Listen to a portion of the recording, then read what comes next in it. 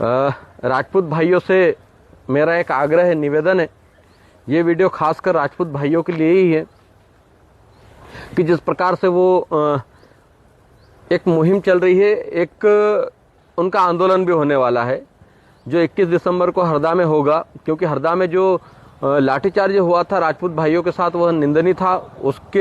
उसका हम पुरजोर तरीके से विरोध करते हैं और राजपूत भाइयों के हम लोग साथ में हैं, जयस साथ में हैं। क्योंकि हम लोग मुद्दे की लड़ाई लड़ने वाले लोग हैं, इसलिए मुद्दे के साथ और उनके साथ गलत व्यवहार प्रशासन द्वारा, मध्य प्रदेश की सरकार द्वारा जो किया गया है, उसके लिए हम घोर निंदा करते हैं और वो लाठीचार्ज का घोर विरोध करते हैं कि इस पर हम लोग तो साथ हैं। लेकिन उसके साथ में उस आंदोलन में दो मुद्दे और जोड़े गए हैं। एक है आर्थिक आधार पर आरक्षण करने की बात कही जा रही है हमारे भाइयों द्वारा। मैं बताना चाहता हूं कि आर्थिक आधार पर आरक्षण अभी हम लोग क्यों नहीं कर सकते, अभी उस पर हम लोग बात क्यों नहीं कर सकते। देखिए, ऐसा है कि जो आरक्षण है, आरक्षण की व्यवस्था जातीय आधार पर मिली हुई है। यह कोई गरीबी उन्मूलन कार्यक्रम नहीं है। गरीबी उन्मूलन कार्यक्रम कैसे? तो गरीबी उन्मूलन कार्यक्रम वो होता है जब कोई गरीब होता है, इसके पास खाने को नहीं है, तो हम आटा दे दें, अनाज दे दें, रहने को कुछ नहीं है तो कुछ संसाधन हम लोग दे दें, उसको गरीबी उन्मूलन कार्यक्रम कहते हैं। और जो आरक्षण है, वो आरक्षण एक दूसरे को समानता पे लाने का कार्यक्रम है, इक्वलिटी पर लाने का कार्यक्रम है। कोई गरीबी उन्मूलन कार्यक्रम नहीं है जो आप कह रहे हैं कि आर्थिक आधार पर आरक्षण हो जाना चाहिए। कुछ तबका आजादी की 75 वर्ष बाद अभी हमारे समाज के एसटी एससी के कुछ % लोग आरक्षण का लाभ लेकर कुछ अच्छे पदों पर पहुंचे हैं। जो बड़े पद है उन पर तो इक्का दुक्का लोग ही पहुंच पाए हैं। IAS IPS जैसे पदों पर हमारे बहुत कम लोग हैं। लेकिन फिर भी आज ही से, अभी से आर्थिक आधार पर आरक्षण की बात शुरू हो चुकी है। जब तक जातिगत भेदभाव खत्म नहीं होता, जब तक जाति के आधार पर अत्याचार खत्म नहीं होते, तब तक हम आर्थिक आधार पर आरक्षण की बात कैसे कर सकते हैं। IAS संतोष वर्मा जी ने यही तो कहा, हमको जातियों में भेद खत्म करना है तो उसकी शुरुआत बड़े वरिष्ठ अधिकारियों को करनी पड़ेगी। और जब ये रोटी बेटी का व्यवहार हमारे बीच में नहीं बन सकता, तो फिर आर्थिक आधार पर आरक्षण की बात होनी ही नहीं चाहिए। लेकिन 21 दिसंबर के कार्यक्रम में जिस प्रकार से आर्थिक आधार पर आरक्षण की बात की जा रही है, ये दुखद है, गलत है, संवैधानिक मूल्यों के खिलाफ है। इस बात का हम विरोध करते हैं। हम राजपूत भाइयों के साथ, उनके साथ जो मारपीट हुई उसके लिए हम समर्थन में हैं। लेकिन जिस प्रकार से आर्थिक आधार पर आरक्षण की बात की जा रही है, वो आर्थिक आधार पर बात जो संवैधानिक प्रावधान है उसका विरोध किया जा रहा है, इसके हम विरोध में हैं। हमने पहले ही कहा, हम मुद्दों की लड़ाई लड़ते हैं। और जब मुद्दे की लड़ाई होगी, चाहे वो ब्राह्मण होगा, राजपूत होगा, चाहे वो ST SC OBC समाज के लोग हो, दलित आदिवासी पिछड़े हों, सबके साथ हम लोग खड़े रहेंगे जब उनके साथ अन्याय अत्याचार होगा। लेकिन हमारे संवैधानिक अधिकारों पर अगर चोट की जाएगी, उसके साथ हम बिल्कुल भी खड़े नहीं हैं। तो आर्थिक आधार पर आरक्षण की अगर हम बात करते हैं तो इक्का दुक्का लोग हमारे IAS IPS बने हैं।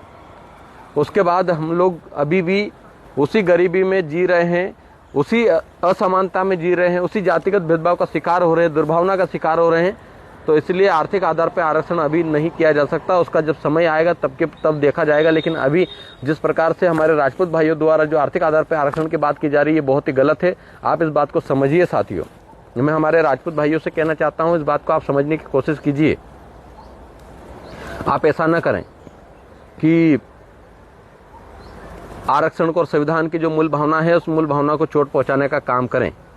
दूसरा, उन्होंने मुद्दा रखा कि एट्रोसिटी एक्ट में संशोधन हो। आप मुझे बताइए कि एट्रोसिटी एक्ट में कितनी FIR दर्ज हुई, कितनों को सजा हुई, उसका परसेंटेज रेट कितना है। आप जब देखेंगे तो हमारे व्यक्ति की FIR भी नहीं की जाती है, बहुत दबाव बनाने के बाद FIR की जाती है। और एट्रोसिटी एक्ट का दुरुपयोग नहीं होना चाहिए, हम भी मानते हैं। लेकिन आप ये तो बताइए कि एट्रोसिटी एक्ट में कितने लोगों पर FIR दर्ज हुई और कितना उसका रेशो और अत्याचार का रेशो कितना है। आप NCRB की रिपोर्ट निकाल कर देखेंगे तो हर दिन 15 महिलाओं के साथ बलात्कार किया जा रहा है। उसमें से 10 से 12 जो महिलाएं हैं वो ST SC की है। क्या इस रेट के हिसाब से एट्रोसिटी में मुकदमे दर्ज हो रहे हैं? क्या इस अत्याचार, इतने अत्याचार होने के बाद में इतने मुकदमे दर्ज हो रहे? नहीं हो रहे भाई, नहीं हो रहे। आप गलत जगह पर लड़ाई लड़ रहे हैं। ना तो हमारे ब्राह्मण समाज से कोई दुश्मनी, न राजपूत समाज से, न किसी से नहीं है, लेकिन आप संवैधानिक मूल्यों को अगर चोट पहुंचाएंगे तो हम उसके साथ खड़े नहीं रहेंगे, उसका हम खुलकर विरोध करेंगे। एट्रोसिटी एक्ट में अभी भी हम लोगों को और भी इसको मजबूत करने की जरूरत है। इसको संशोधन नहीं, इसको और मजबूती के साथ बनाया जाए ताकि एट्रोसिटियां जो हो रही है, जो अत्याचार हो रहा है एसटी समाज के साथ, वो बंद हो। इस बात की पहल राजपूत समाज को करना चाहिए, लेकिन वो एट्रोसिटी एक्ट में संशोधन की बात करें, बिना जांच के एफआईआर ना हो। बिल्कुल आप अपनी बात रखिए, लेकिन अभी भी मैं कह रहा हूं कि जितने भी हमारे एसटी के साथ अत्याचार होता है वो करवाने भी जाता है, उसकी एफआईआर नहीं लिखी जाती है। अभी भी दुर्भावना का शिकार होते हैं, वहां पर एफआईआर दर्ज ही नहीं होती। अजाक थाने पे आप जाओ तो अजाक थाने पे एट्रोसिटी के नाम पर कितनी एफआईआर दर्ज हुई, अब अगर आप रिकॉर्ड निकाल के देखेंगे तो वही बहुत कम संख्या में एफआईआर दर्ज होती है। फिर भी आप एट्रोसिटी एक्ट का विरोध कर रहे हैं, ये तो दुखद है। इसके बिल्कुल भी हम साथ नहीं है। इसलिए हम लोग जो 21 दिसंबर का कार्यक्रम है, इन 2 मुद्दों के कारण हम उस कार्यक्रम में शामिल नहीं हो पाएंगे। बाकी आपकी लड़ाई के लिए हम लोग सदैव साथ हैं। आपके साथ अत्याचार हुआ, आपके लाठी मारी गई, उसके लिए हम खड़े हैं, उसके लिए हमारा समर्थन है। लेकिन आप जो संवैधानिक हमारे अधिकार है उस पर चोट पहुंचाने का जो 2 मुद्दे रखे हैं, ये बहुत ही दुखद है। मुझे दुख हो रहा है। हमारे राजपूत भाइयों को ये समझने की जरूरत है कि जब हमारी रियासतें थी, भारत देश में लगभग 2 ही समुदायों की रियासतें थी, एक तो आदिवासी रियासतें, दूसरी राजपूत रियासतें। उन रियासतों को खत्म करके किस प्रकार से कुछ लोगों ने राजपूतों पर भी राज किया और आदिवासियों, दलितों पर, पिछड़ों पर भी राज कर रहे हैं, इस बात को समझने की जरूरत है। आप समझिए, जब महाराणा प्रताप जी को जब जरूरत थी, जब राजपूत समुदाय को जरूरत थी, तब किसी ने साथ नहीं दिया। जिन लोगों का आप साथ दे रहे हैं, आप समझिए उन लोगों ने क्या आपका साथ दिया? नहीं दिया। यही आदिवासी समाज है, यही हमारे पुरखे राणा पूंजा भील के वंशज महाराणा प्रताप जी का साथ दिए और आपके वंशजों को बचाने का काम किया। हम राजपूत भाइयों की बहन बेटियों की रक्षा भी हम लोग किए, वो काम हम लोगों ने किया। लेकिन मुझे दुख है कि हमारे राजपूत भाई हमारे अधिकारों के खिलाफ हो गए। ये नहीं होना चाहिए था। आप आरक्षण की बात करते, मैं आरक्षण का मोटा मोटा चीज समझाता हूं। हमारे राजपूत भाई, आप ध्यान से इस वीडियो को सुनना। आरक्षण कितना है? मध्य प्रदेश के आरक्षण की बात करें तो कितना है? एसटी को 22%, एससी को 16% और ओबीसी को कितना है आप जानते हैं। टोटल मिला के 49% आरक्षण, और 50% जो आरक्षण है वो सामान्य है। तो आप देखिए कि उसमें जो 50% आरक्षण मिला हुआ है, उसमें भी ईडब्ल्यूएस का एक कोटा आया, उसमें 10% आरक्षण दिया गया। आप राजपूत भाई ये बताइए कि उस 10% आरक्षण का सबसे ज्यादा लाभ कौन ले रहा है? क्या राजपूत भाई ले पा रहे हैं क्या? अगर राजपूत भाई नहीं ले रहे तो कौन ले रहा है? इसको समझने की जरूरत है। आपको ये समझने की जरूरत है कि उस आरक्षण जो 10% ईडब्ल्यूएस में दिया गया है, उसमें हमारे राजपूत भाइयों का, कितने भाइयों का भला हुआ, और बाकी का जो 40% बचे हैं, क्या उसमें भी राजपूत भाइयों का प्रतिनिधित्व है? हमारी जमीन लूट ली गई। राजपूतों की जब रियासत थी, आदिवासियों की जब रियासत थी, तो हमारी दोनों की तो जमीनें लूट ली गई। और प्रतिनिधित्व के नाम पे ना तो राजपूत को ईडब्ल्यूएस में प्रतिनिधित्व मिल पा रहा है, ना उसको पूरा जो 40% उसमें कौन लोग? सवर्ण लोग, उनका प्रतिनिधित्व है। आप मुझे राजपूत भाई ये बताइए कि मध्य प्रदेश के निवासी कितने आईएएस हैं? ईडब्ल्यूएस कोटे से बने हुए कितने आईएएस है? और जो 50% पूरा आरक्षण है आप लोगों के पास, उसमें जो सामान्य आरक्षण है उसमें कितना आरक्षण है? कितने लोग हमारे राजपूत भाई आईएएस आईपीएस बन पाए हैं? मुश्किल से एक भी नहीं बता पाएंगे आप। और मध्य प्रदेश में अगर कोई राजपूत कलेक्टर भी बने हुए हैं तो वो बाहरी राज्य के होंगे, इस राज्य के नहीं होंगे। तो उस रेशो को देखिए कि आपका हक कौन खा रहा है। उस 50% में जिसमें हक राजपूतों का भी, सवर्ण समाज का भी, उसमें से राजपूत समाज का हक कौन खा रहा है? उसका प्रतिनिधित्व तो कौन खा रहा है? ये आप देख नहीं पा रहे हैं और आर्थिक आधार पर आरक्षण की बात कर रहे हैं। किस बात पर आर्थिक आधार पर आरक्षण होना चाहिए? आप तो बताइए, कितने लोग हमारे सक्षम हो गए, कितने? आप बताइए, आपको मैं बता रहा हूँ, आईपीएस आईएएस की मैंने बात की, आप बताइए राजपूतों की कितनी फैक्ट्रियां हैं, कितने इंडस्ट्रियल कंपनियां हैं, कितने बड़े बड़े कारखाने नहीं होंगे? वो कारखाने किसके हैं, फैक्ट्रियां किसकी है, वो कंपनियां किसकी है? आप ये पता कीजिए। और आदिवासियों की तो ऐसी भी नहीं है, एसटी एससी समुदाय की आप बताओ कौन सी कंपनी, कौन सी फैक्ट्री, कौन से कारखाने हैं हमारे? बिल्कुल भी नहीं है। बड़े बड़े बिजनेस हमारे नहीं है। जिनके बड़े बड़े बिजनेस है वो 50% आरक्षण लेकर पूरा लाभ ले रहे हैं, उस पर आप बात नहीं करते। आपको लड़ना किससे चाहिए था? आपका हक कहां मारा जा रहा है, उस बात की बात होनी चाहिए, लेकिन आप आर्थिक आधार पे आ गए। ये बहुत गलत है और ये बहुत दुखद है। हमारे राजपूत भाइयों को समझने की जरूरत है, हमारे पूरे कर्णी सेना के साथियों को समझने की जरूरत है। हम आपके खिलाफ नहीं है भाई, लेकिन आप संवैधानिक अधिकार जो हमारे हैं उसके खिलाफ जा रहे हैं, ये अच्छी बात नहीं है। जब जरूरत थी राजपूत समाज को, हमारे पूर्वजों ने साथ देकर उनको जिंदा बचाने का काम किया,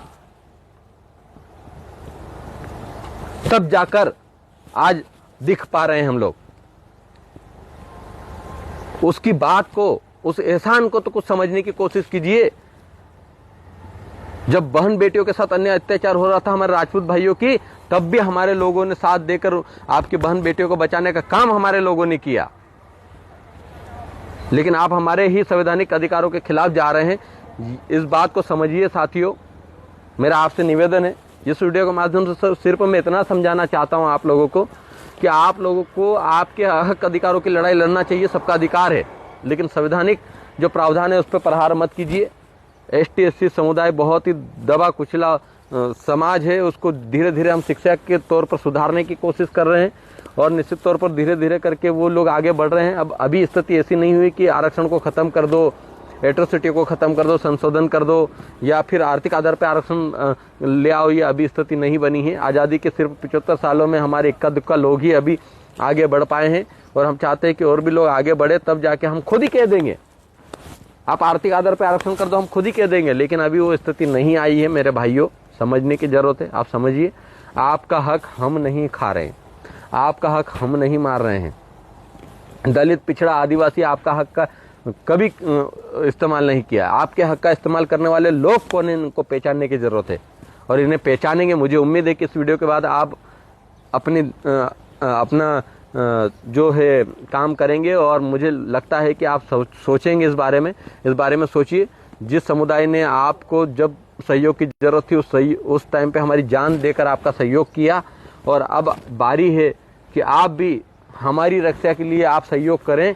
दूसरों की बातों में आकर जिन लोगों ने हमको लड़ाने का काम किया, जिन लोगों ने हमको दूरी बनाने का काम किया, जिनके कारण हमारे समाज की जो दोस्ताना रिश्ता था, जो जिस प्रकार से महाराणा प्रताप जी और राणा पूंजा भील एक दूसरे के समर्थन में जी जान लगा दिए, जान की बाजी लगा दी, उस दोस्ती को निभाने का समय है साथियों। ये समय हमारे संवैधानिक अधिकारों पर चोट करने का नहीं है। और आइए, संतोष वर्मा जी ने, आप पूरा बयान सुनिए, उन्होंने किसी भी बहन बेटी का अपमान नहीं किया है। उन्होंने साफ साफ शब्दों में कहा कि जब तक आरक्षण जारी रहना चाहिए और आर्थिक आधार पर आरक्षण, तब तक हम लोग बात नहीं कर सकते जब तक कि रोटी बेटी का व्यवहार नहीं हो जाता। बस इतनी सी बात थी। लेकिन जिन लोगों को हमको लड़वाना था, जिन लोगों को अपने आप को श्रेष्ठ बताना था, सबसे सर्वोच्च बताना था, बहुत ज्ञानी बताना था, वो लोग रोड पे उतरकर आईएएस संतोष वर्मा जी का विरोध करने लग गए। और यही दुखद है कि जब एक एसटी का व्यक्ति या दलित समाज का व्यक्ति या पिछड़ा वर्ग का व्यक्ति बड़े पदों पर पहुंच जाता तो उसकी जाति बताई जाती है। जाति बताई जाती है राष्ट्रपति बनने के बाद, जाति बताई जाती है मुख्य न्यायाधीश सर्वोच्च न्यायालय का बनने के बाद। ये प्रैक्टिकल, ये उदाहरण ही आपके सामने है। और इसी जातिगत व्यवस्था में अगर हम लोगों को समानता लानी है, इक्वलिटी लानी है, और संविधान की मूल भावना क्या कहती है? इक्वलिटी है, समानता है। और ये भारत देश संविधान से चलता है, कानून से चलता है। हम लोग चाहते हैं कि समानता का जो दौर है, समरसता का जो दौर है, वो बना रहना चाहिए, सौहार्द बना रहना चाहिए।